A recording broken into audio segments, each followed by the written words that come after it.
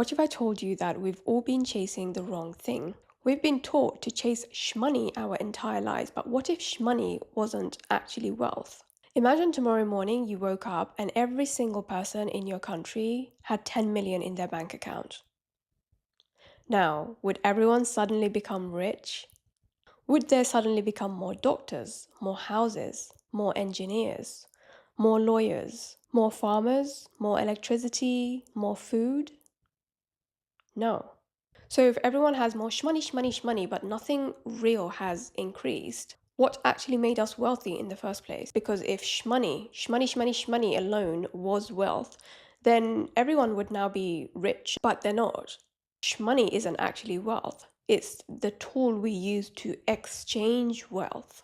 So if shmoney isn't the source of wealth, then what is?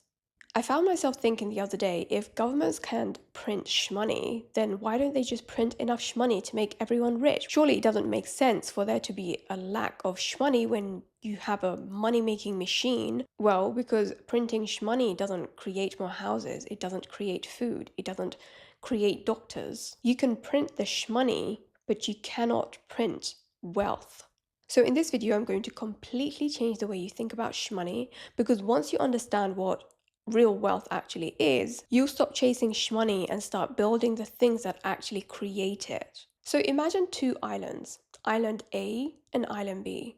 Island A has $1 trillion in circulation. Farmers, scientists, engineers, factories, infrastructure, builders, roads, electricity, schools, and roads. Now, Island B has the same amount of money, but no farmers, no roads, no schools, no infrastructure, no engineers, no doctors, no lawyers, no factories, no schools, no builders. Now, which island is wealthier? Island A, right? With 1 billion in circulation, infrastructure, engineers, farmers, builders, schools, roads, factories, all of that. But the other island, Island B, has the same amount of money in circulation. So the money clearly isn't the real wealth. The real wealth is the people, the skills, the knowledge, the infrastructure, and what they can create. So one of the questions I get asked a lot in my work is, how do I make more money? How do I make more money? How do I get this money? I want this money quick, quick, quick. And I used to also be one of those people who were chasing money, chasing. That came in the form of penny pinching. I was a penny pincher, still a recovering money hoarder. But in the chasing, I never felt good, right? My baseline identity was one of scarcity and insufficiency, and the chase just felt full of fear, anxiety, and scarcity. And I reached a point on the penny pinching journey where I had penny pinched a lot of money, but then I really started thinking, this is no way to live. Like, there is no way I'm going to reach my next level with this habit of penny pinching and chasing in fear. And I couldn't help but notice some people, they weren't chasing shmoney, like some of my friends who are very successful. They weren't chasing shmoney, they weren't penny pinching, but shmoney was chasing them. Shmoney was just flowing to them. And that's when I went on a quest to find out why I have this penny pinching habit. Why do I feel so much anxiety around shmoney? Why does my nervous system feel completely destabilized around shmoney, right? Money was able to hijack my nervous system like nothing else. And I was seeking therapy for this, and the therapy didn't go well because most therapists out there, they don't really have language for financial trauma. They don't really have language for nervous system dysregulation around shmoney, subconscious money blocks, all of that stuff I had to study on my own, and that's how my brand came into fruition. So if you're on this journey of chasing, it's important to have some foundational understanding of what shmoney is, right? What is wealth? Like, what is shmoney? What is it? What the fuck is it? Real wealth is actually knowledge, skills, health, businesses, innovation, relationships, infrastructure, technology, creating value. Shmoney doesn't actually feed people, farmers do. Shmoney doesn't build homes, builders do. Shmoney doesn't heal people, doctors do. So shmoney, the paper shmoney, simply helps us exchange those things, right? So most people are asking, how do I make more shmoney? How do I make more shmoney? It's a dumb question. It's a dumb mindset as well. It's not how do I make more shmoney, it's why should shmoney come to me? Why should shmoney come to me? Because guess what? Shmoney moves towards value, right? When I was able to stop penny pinching and create value for people, I no longer had to chase shmoney. Shmoney doesn't have to be chased. Shmoney will come to you when you find a way to create value for people. Then you become someone that money cannot help but move toward. It's not like money is sentient and it cherry picks who it flows to, but it's just that people will voluntarily exchange it for things they value. The questions you should really be asking yourself is, what problems can I solve? What skills do I have? What value do I create? I was able to stop penny pinching and chasing shmoney out of fear and anxiety when I started asking myself, like, what can I actually offer the world? What value can I create for humanity? When you figure out how to create value for people, you will never have to chase shmoney. Shmoney will have a reason to come to you, to chase you. You will naturally become a shmoney magnet. Imagine someone desperately wants apples. So they spend all day sticking apples with glue onto a tree, right? Ridiculous. What should they actually do if they want more apples to just naturally come to them? What do they need to focus on? Growing a healthy tree so that the apples come later. Money is the apple, but your skills, your character, your knowledge, your business, your ability to solve problems, that's the tree. Everyone has something they are naturally good at that other people find difficult. For me personally, that was pattern recognition. Like, you can tell me a few things or one thing about your financial habits, your money patterns, and I can tell you exactly what your subconscious money program is.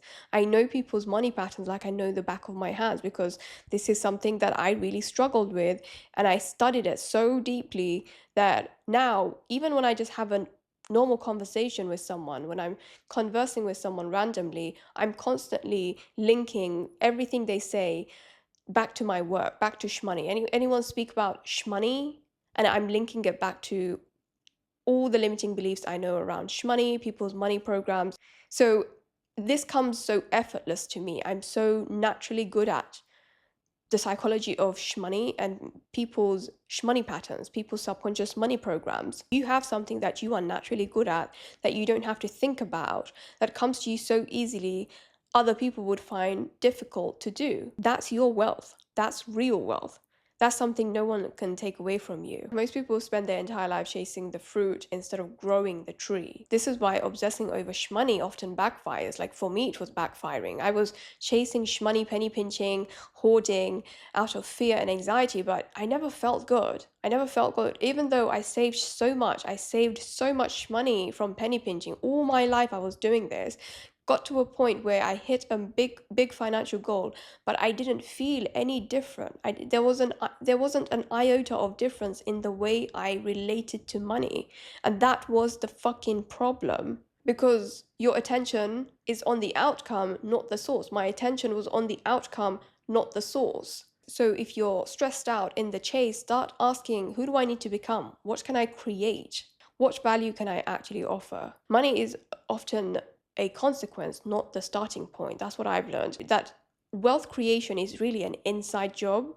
It is. People think, oh no, you just need to budget harder and invest harder. Da, da, da, da, da. Yes, that's a part of it, but most of it is inner work. We've all been taught to chase the shmoney, but shmoney isn't where wealth begins. Wealth really begins with people, with skills, with knowledge, with ideas, with businesses, with value. So you don't need to chase the shmoney. You need to focus on becoming someone that money has a reason to come to flow to. Money is literally the outcome. Value is the cause. Shmoney becomes the byproduct of you helping people, helping humanity, creating value. When I was sick and tired of this penny pinching bullshit that I was doing all my life, it dawned on me that I spent most of my life chasing shmoney, pennies, instead of focusing on, how do I become more valuable? How do I become more valuable? And that shift in consciousness makes the whole journey so much easier. And of course, for most people, it's more difficult when they have these core subconscious money programs, like, I'm not worthy of wealth, making money is hard, I'm bad with money. being rich is bad or wrong, money disappears, I'm not safe until I have a lot of money. When you have these core programs in your subconscious, the is going to feel so much worse. It's just going to feel like you're driving with the emergency brakes on. And the journey became so much smoother for me when I brought my subconscious into my conscious and I was able to heal those wounded parts of me, integrate those wounded parts of me that made this journey so much harder than it needs to be. So I trust this helps you on this journey of creating and building. And if you want to know what your subconscious money program is and how those beliefs are holding you back, I have a free money wound quiz linked below. It's a free resource.